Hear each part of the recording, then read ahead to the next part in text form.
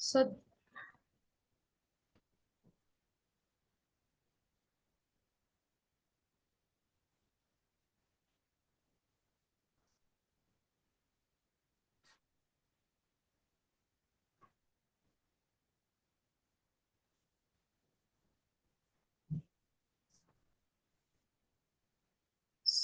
next thing is ritualism or ritualists. The ritualism is a kind of response that involves rejecting the goals while accepting. They, in a way, reject, but on the other hand, they accept, or even overemphasizing the means. Here, people abandon the goals as irrelevant to their lives, but still accept and compulsively enact the means. They abandon their own goals, but they enact that means. They uh, adhere to that pattern. For example, low-level bureaucrats, knowing that they will achieve only limited financial success, still stick closely to the rules in order to feel at least respectable. They sometimes these people see that they know that they get uh,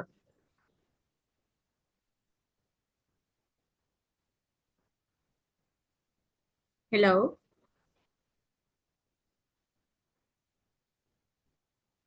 Uh, they know that they get only limited success, limited financial assets, but they still adhere to those rules because they at least want some respect. So ritualism is the mildest form of deviance, and except in extreme cases is not usually regarded as such. It is a very mildest form of deviance that may not harm the society.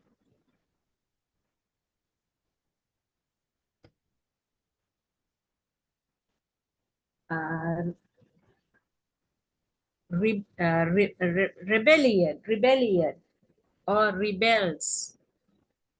They, rebels, reject both existing values and the means, but wish actively to substitute new ones and reconstruct the social system.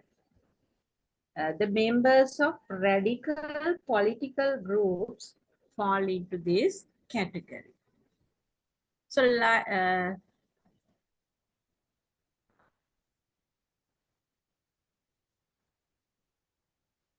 rebellions involve rejection. They reject the goals and means, and uh, they differ from retreatists, but they substitute new goals and means to the new ones.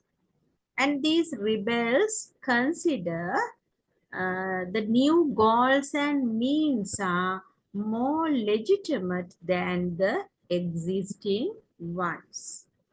They have some different idea about the goals. Their own new goals they consider are more legitimate, are more uh, suitable for the society. So they develop an ideology which may be revolutionary. They try to have some kind of revolution.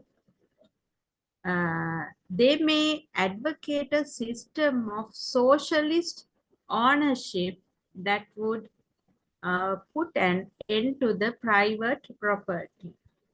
So these rebels, they uh, try to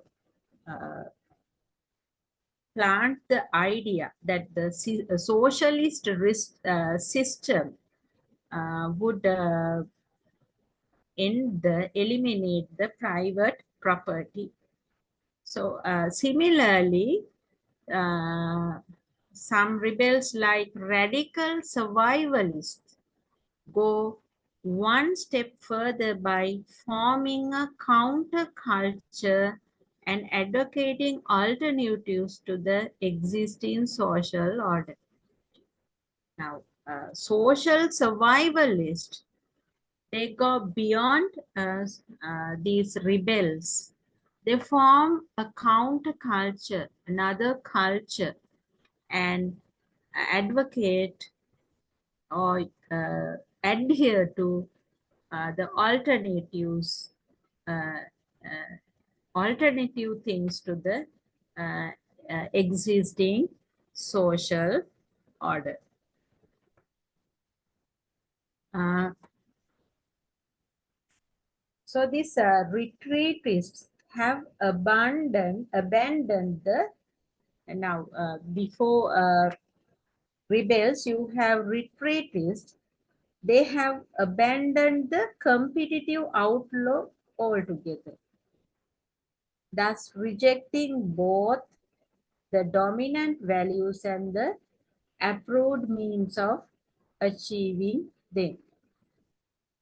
Such individuals largely drop out of the society. Example would be the members of a self-supporting community. They reject the dominant values and the approved means of achieving them. So there is a critical evaluation of Merton's theory of deviance. And the first comments in favor to the theory, which would say that the Merton's theory is favorable to the society. Merton's theory of deviance is considered thoughtful and influential. It is considered very somewhat very that can influence or very thoughtful, and it has been usefully applied to several forms of deviance. It can be used to several forms of deviance, and particularly that of delinquent juvenile gangs, young gangs. And deviant reflects the opportunity opportunity structure of society. Deviance, it means that there is opportunity to structure the society. This opinion of the theory has been confirmed by subsequent research, and by the research also this has been confirmed. Sociologists like Richard Cloward, Albert Cohen, Walter Miller, and Elijah Anderson have endorsed this opinion. They have accepted this opinion that deviance reflect the opportunity structure of society. The theory succeeds in putting forward conversing causes of deviance in the society. It puts forward the convincing or highlighted causes of deviance in the society. And it provides a very plausible, very clear explanation of why people commit or take certain deviant acts like crimes involving property. The theory is useful in the basis of its treatment of conformity and deviance as two ends of the same scale. Conformity and deviance are two ends in the same scale, not as either or categories.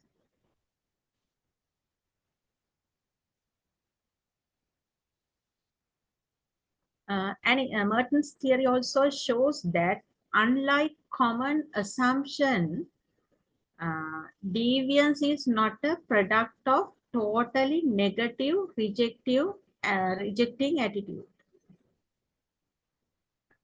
It's not a Deviance is not a product of totally negative or rejecting attitudes.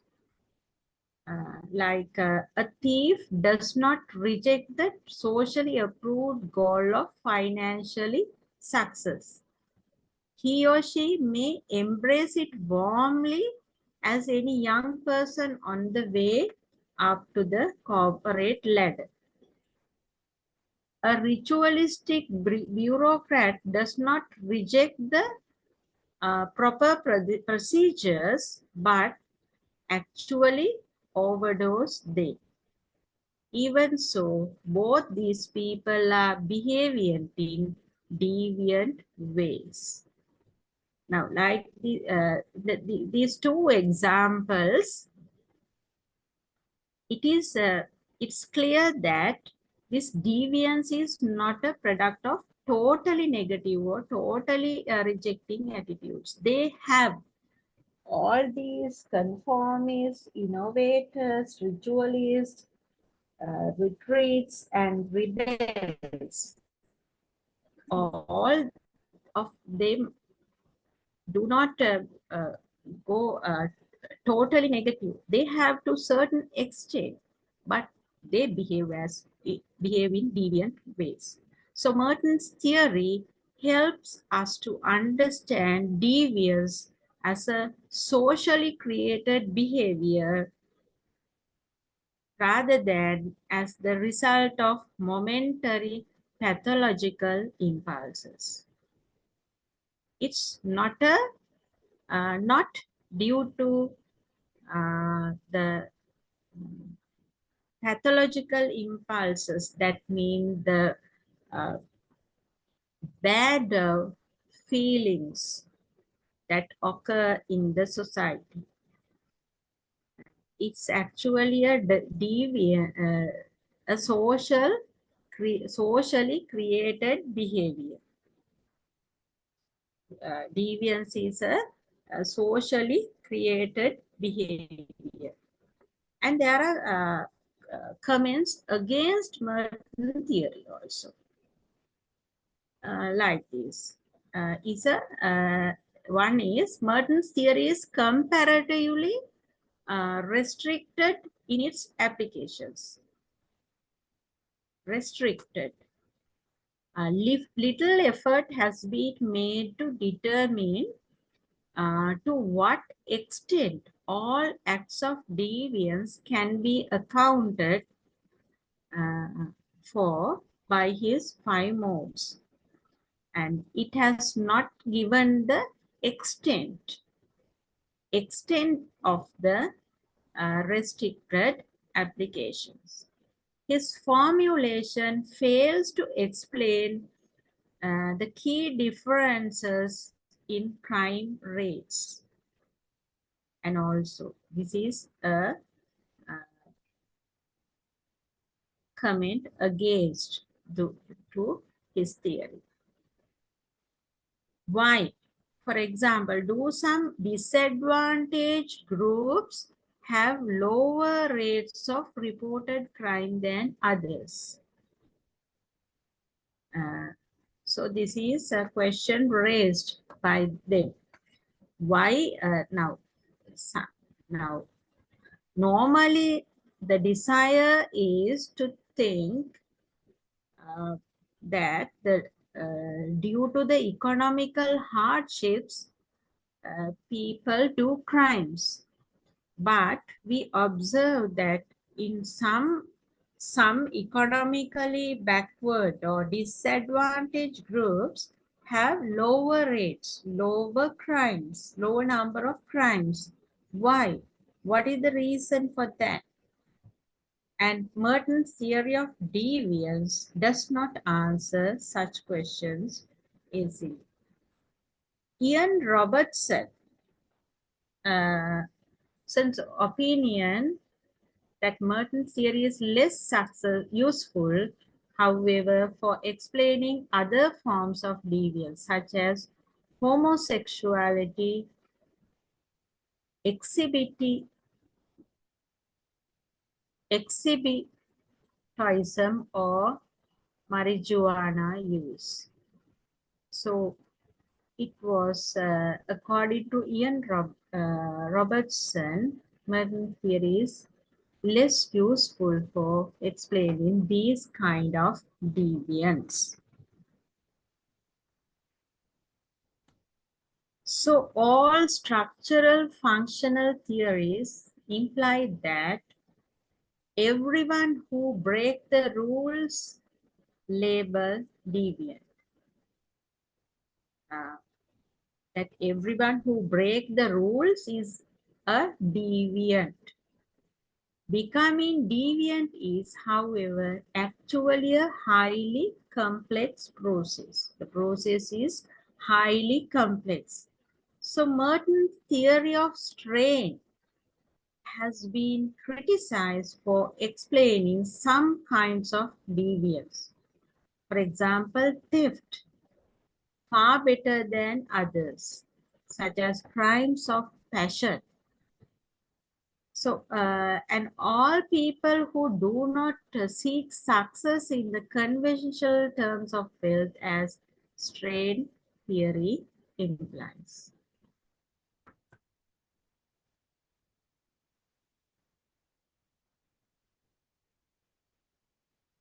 Manifest and latent functions. Robert Merton has contributed much more than other sociologists to the codification and systemization of functional analysis. He has reviewed and critiqued the essential postulates in functional analysis and modified them. And while trying to eliminate some prevailing confusion, Merton redefines current conception of function. He defines function in terms of useful or system sustaining activity. He also talks about the concept of dysfunction.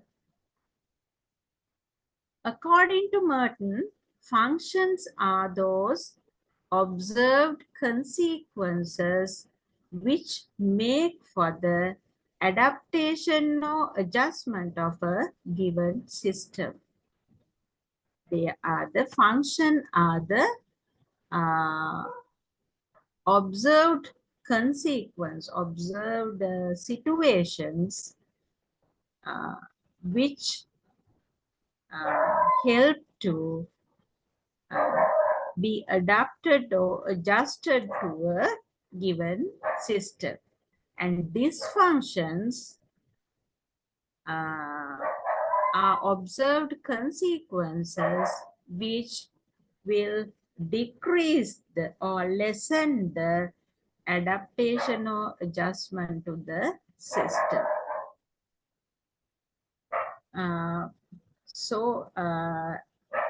Function and dysfunction.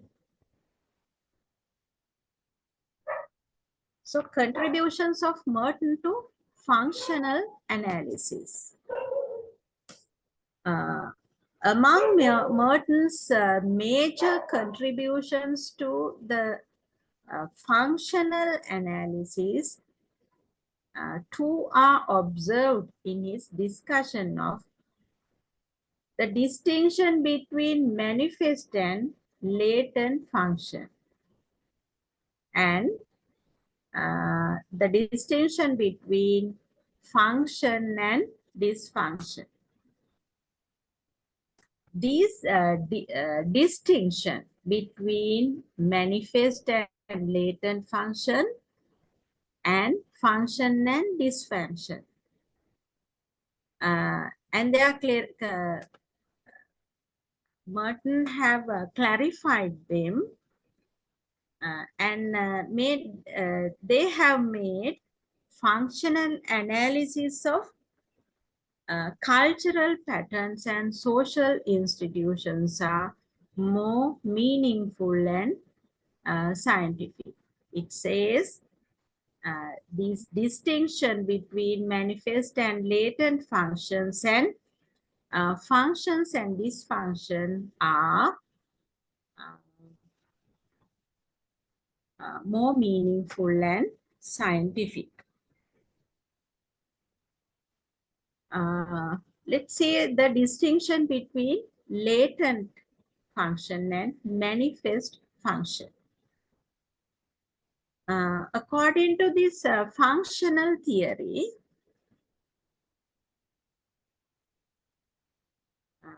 every element in a social system is to fulfill a certain function. Every element mean every person in the social system will fulfill a certain function. But there is a doubt as to how one can determine this, whether a certain person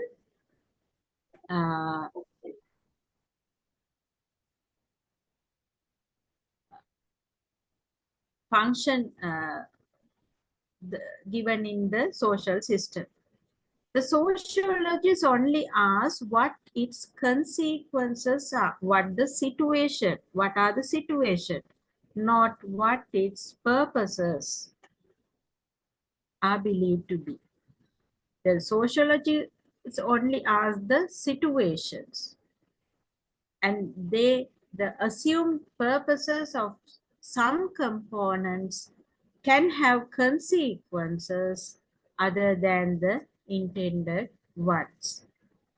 Assumed purposes can have consequences. Based on this fact, R.K. Merton has made a distinction between manifest functions and latent functions.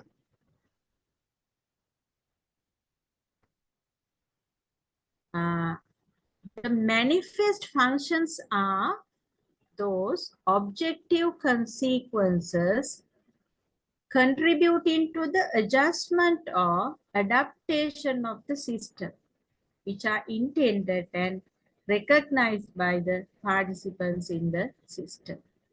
Manifest function.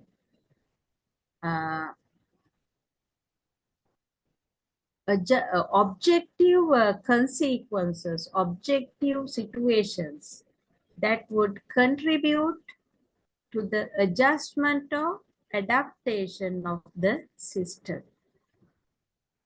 And they are recognized and intended by the participants in the system. The people in the system or society recognize them as objective consequences, manifest functions. M.F. Abraham states that latent functions correlatively being those which are neither intended nor recognized. So, latent functions are not intended by the participants. in the system or society, or they are not recognized by the participants. So manifest functions are intended and recognized by the participants in the system. Latent functions are neither intended or recognized by the participants in the system. Manifest functions, as I said earlier, are intended and recognized by the participants in the system. And people or participants in the system, they assume and they expect that institutions will fulfill them. Like schools are expected to educate the students with knowledge and skills. It's the manifest function by the system. Another example is economic institutions are expected to produce and distribute goods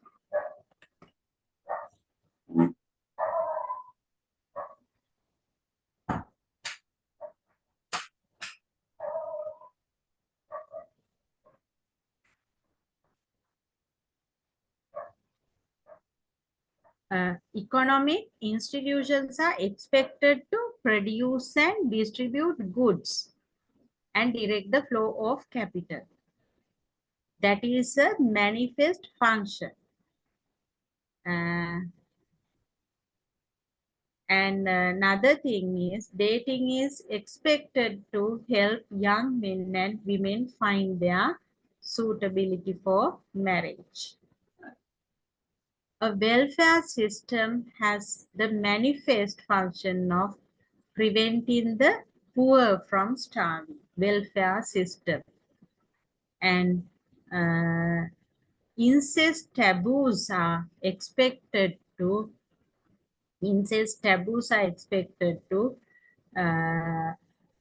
prevent biological degeneration. So these all are manifest functions which are intended and recognized by the participants in the system. Latent functions are unrecognized or unintended.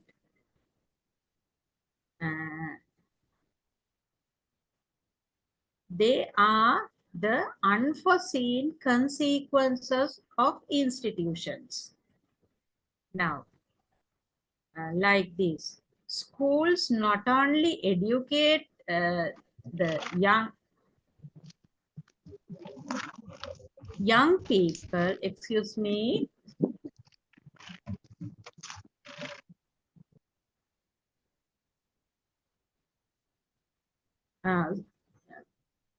right?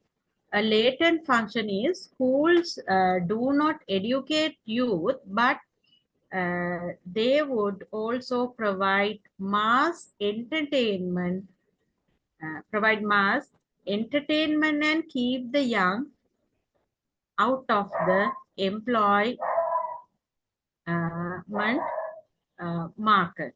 So they will the schools educate people, educate students, and they provide entertainment, and they keep the young people from the employment market.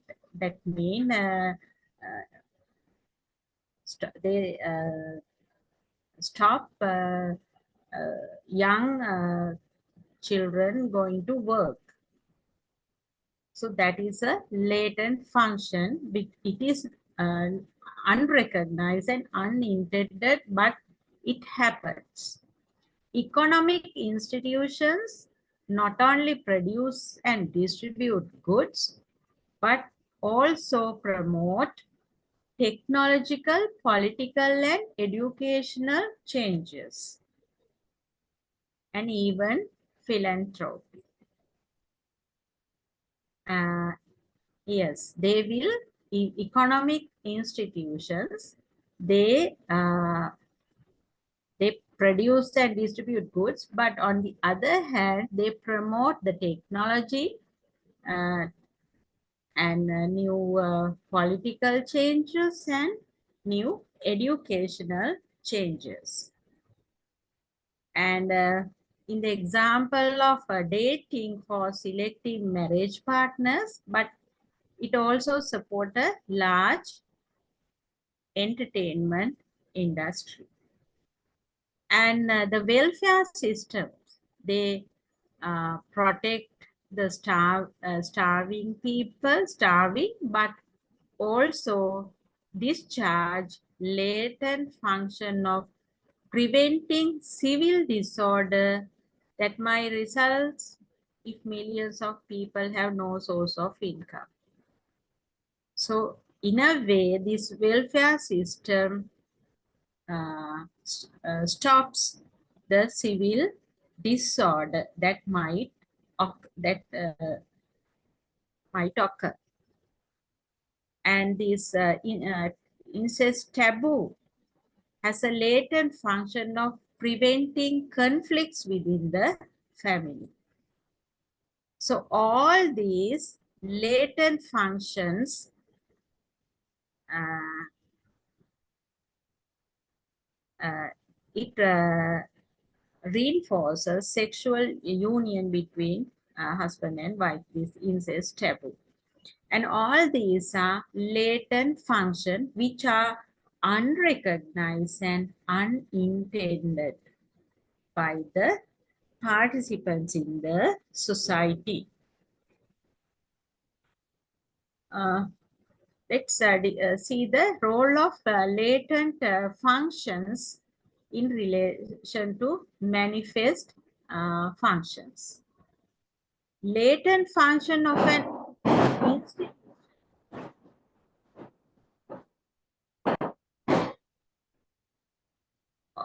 are related to manifest function. How? They may support manifest function. Latent functions support manifest function, or they may be irrelevant to manifest functions, or even uh, undermine manifest functions. So latent functions has uh,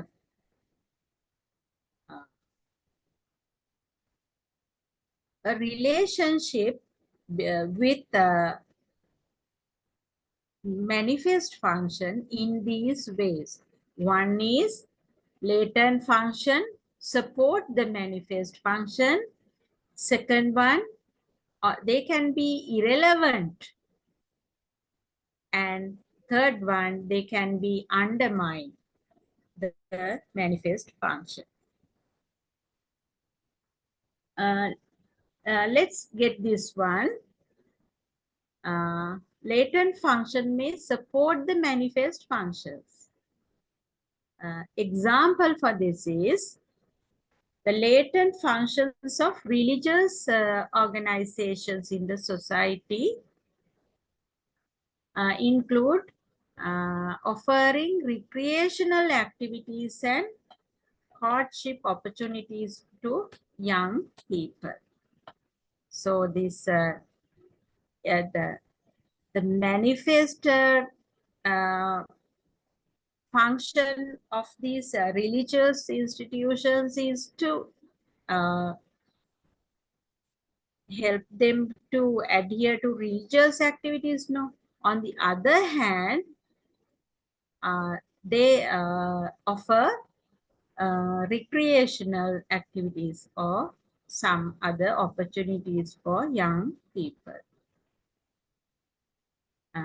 And on the other hand, they would, or these latent activities help churches to pursue the religious organizations to pursue their manifest functions. The second one is latent functions may be irrelevant to manifest functions. Example for this is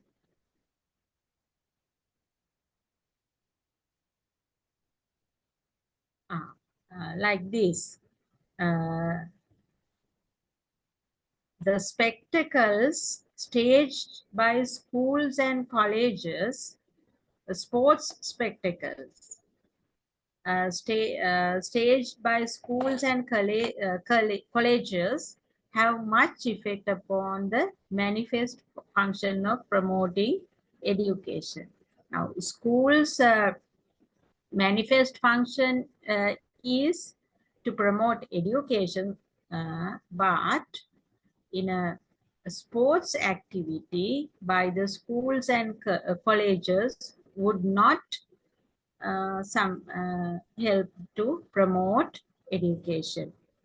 They are largely irrelevant to this manifest function.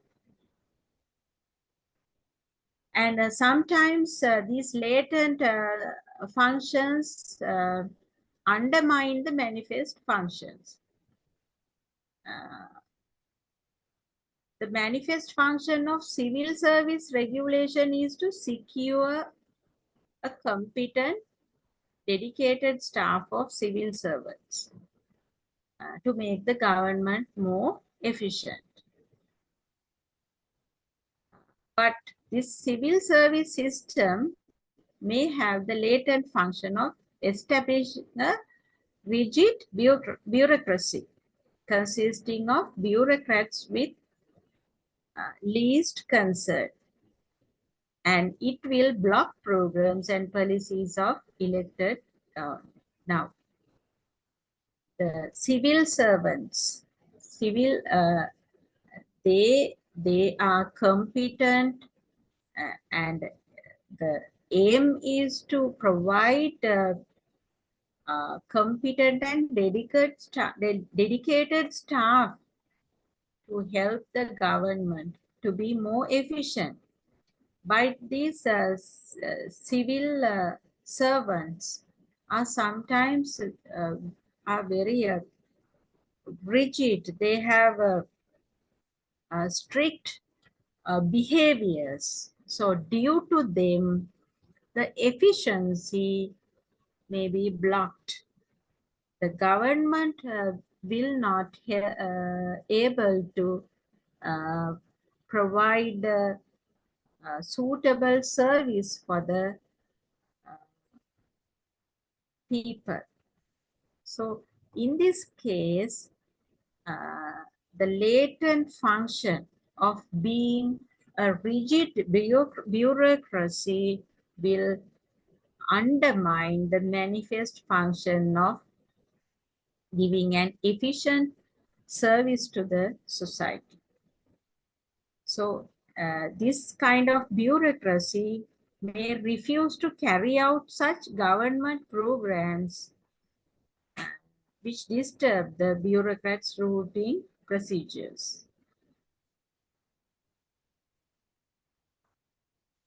So this could be referred as the dysfunctional aspects of civil service system.